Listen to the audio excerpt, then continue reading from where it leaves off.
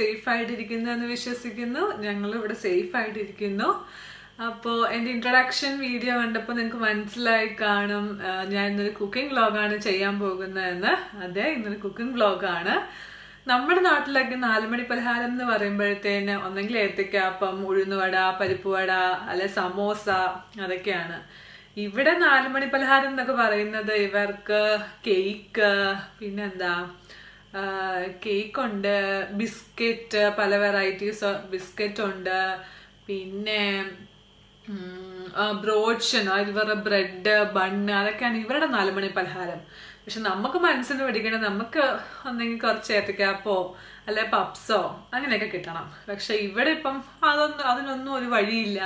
അല്ലെ പിന്നെ നാട്ടിലായിരുന്നു നമുക്ക് അമ്മയെ സോപ്പിട്ടാണെങ്കിലും നമുക്ക് ഉണ്ടാക്കാം, അമ്മ ഏത്തക്കാപ്പം ഉണ്ടാക്കിത്താ അല്ലെങ്കിൽ ഉഴുന്നോടെ ഉണ്ടാക്കിത്താ അങ്ങനെയൊക്കെ പറയാം. ഇപ്പം അമ്മ ഇവിടെ ഇല്ലാത്തത് കൊണ്ട്, നമുക്ക് നാട്ടിലായതുകൊണ്ട് നമുക്ക് അതും പറ്റത്തില്ല. അപ്പം എന്തെങ്കിലും കഴിക്കണം നമ്മൾ തന്നെ ഉണ്ടാക്കണം.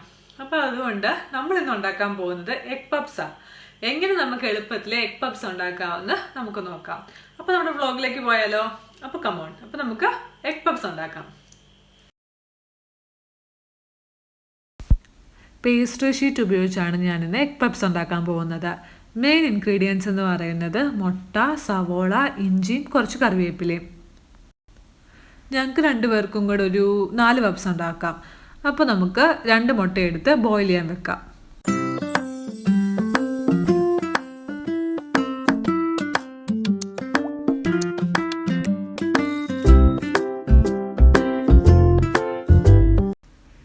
ഇനി അടുത്ത സ്റ്റെപ്പ് എന്ന് പറയുന്നത് ഉള്ളി അരിയൽസ് ആണ്. നമ്മൾ എടുത്തിരിക്കുന്ന സവോള ഇനിയും നല്ല തിന്നായിട്ട് സ്ലൈസ് ചെയ്യണം. പിന്നെ 2 കഷ്ണം ഇഞ്ചി നമ്മൾ എടുത്തിട്ടുണ്ട്, അത് പൊടി പൊടിയായിട്ട് അരിയണം. ഈ പ്ലേറ്റ് കാണുമ്പോൾ നിങ്ങൾ വിചാരിക്കും ഞാൻ എന്താ ഇത്ര പിശുക്കി കറിവേപ്പില എടുത്തിരിക്കുന്നതെന്നല്ലേ. ഇവിടെ കറിവേപ്പില കിട്ടാനായിട്ട് ഭയങ്കര ബുദ്ധിമുട്ടാണ്. അപ്പോൾ അതുകൊണ്ട് നമ്മൾ കുറച്ച് കറിവേപ്പിലാണ് നമ്മുടെ മസാലയ്ക്ക് വേണ്ടി ഇടാൻ പോകുന്നത്.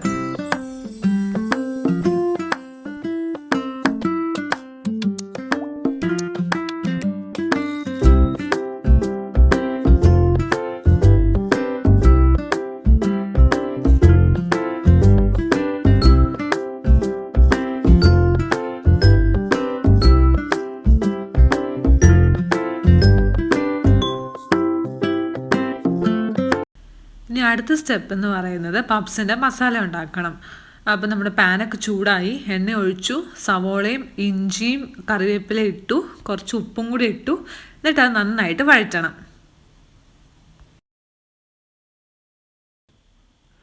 ഇനി നമ്മളൊരു 1/4 ടീസ്പൂൺ മഞ്ഞൾപ്പൊടി ആഡ് ചെയ്തു, എന്നിട്ട് നന്നായിട്ട് വഴറ്റണം. അതിൻ്റെ ഒരു റോ സ്മെല്ലൊക്കെ മാറണം. എന്നിട്ടൊരു 1/4 ടീസ്പൂൺ മുളക് പൊടി ആഡ് ചെയ്തു, എന്നിട്ട് ഒരു ടീസ്പൂൺ മല്ലിപ്പൊടി ആഡ് ചെയ്തു. അത് കഴിഞ്ഞിട്ടൊരു 1/4 ടീസ്പൂൺ ഗരം മസാല ആഡ് ചെയ്തു. ഇത് നന്നായിട്ട് വഴറ്റണം. എന്നിട്ട് നമ്മൾ ലാസ്റ്റ് ഒരു 1/4 ടീസ്പൂൺ പെപ്പർ പൗഡർ ആഡ് ചെയ്യണം.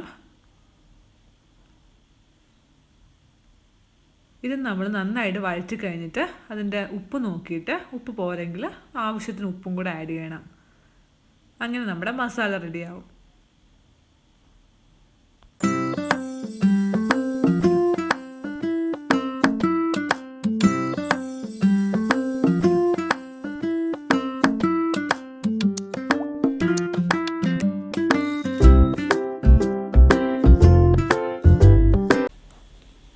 പേസ്ട്രി ഷീറ്റ് ഉപയോഗിച്ച് നമ്മൾ പപ്സ് ഉണ്ടാക്കുമ്പോഴത്തേന് നമ്മൾ ഈ പേസ്ട്രി ഷീറ്റ് കടയിൽ നിന്ന് മേടിച്ച് ഫ്രിഡ്ജിലായിരിക്കുമല്ലോ വെച്ചിരിക്കുന്നത്. അപ്പം അവിടുന്ന് അതെടുത്ത് 2 മണിക്കൂർ വെളിയിൽ വെക്കണം ഉണ്ടാക്കുന്നതിന് മുന്നേ. എന്നിട്ട് നമ്മളത് എടുക്കുമ്പോൾ വളരെ സൂക്ഷിക്കണം, അത് പെട്ടെന്ന് ഇങ്ങനെ കീറിപ്പോകാനായിട്ട് സാധ്യതയുണ്ട്. അപ്പോൾ അതുകൊണ്ട് നമ്മൾ പതുക്കെ അത് എടുത്ത് അതിനെ നമ്മളിനി സ്ക്വയറായിട്ട് കട്ട് ചെയ്യണം. അതായത് ഒരു സ്ക്വയർ ഒരു പപ്സിന് ഉപയോഗിക്കാമെന്നുള്ളൊരു രീതിയിൽ. അപ്പോൾ അങ്ങനെ നമ്മളത് കട്ട് ചെയ്യാൻ പോവുക.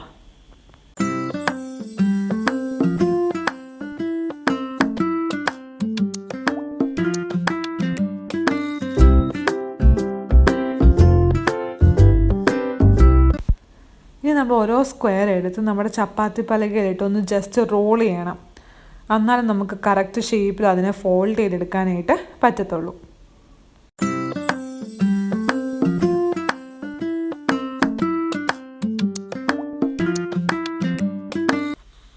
ഇനി നമുക്കൊരു മുട്ടയെടുത്ത് നന്നായിട്ട് ബീറ്റ് ചെയ്ത് വെക്കണം.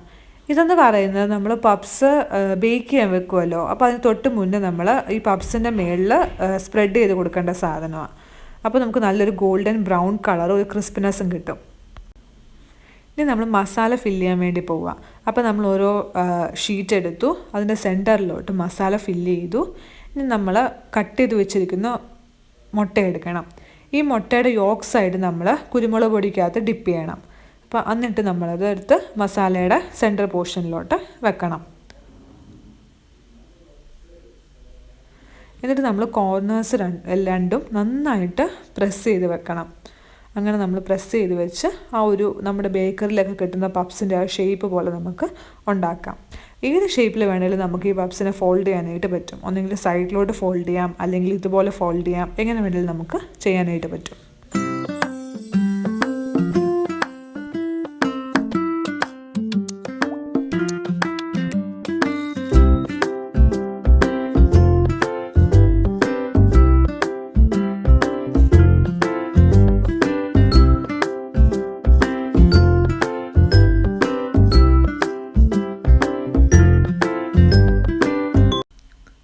അങ്ങനെ നമ്മൾ എല്ലാ പപ്സും ഫോൾഡ് ചെയ്ത് കഴിഞ്ഞു.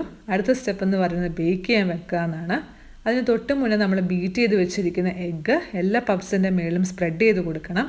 ഇതെന്ന് പറയുന്നത് നമുക്ക് നല്ലൊരു ഗോൾഡൻ ബ്രൗൺ കളർ കിട്ടാനും അതുപോലെ തന്നെ നല്ലൊരു ക്രിസ്പിനെസ് കിട്ടാനായിട്ടുമാണ് നമ്മുടെ ബേക്കറിയിൽ നിന്നൊക്കെ മേടിക്കുന്ന പപ്സ് പോലെ വരാനായിട്ട്.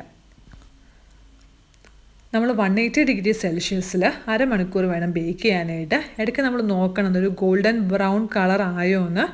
അങ്ങനെ ആകുന്ന സമയത്ത് നമുക്ക് ഇതെടുക്കാനായിട്ട് പറ്റും. അങ്ങനെ നമ്മുടെ പപ്സ് റെഡിയായി. അപ്പോൾ നമുക്ക് എടുക്കാം.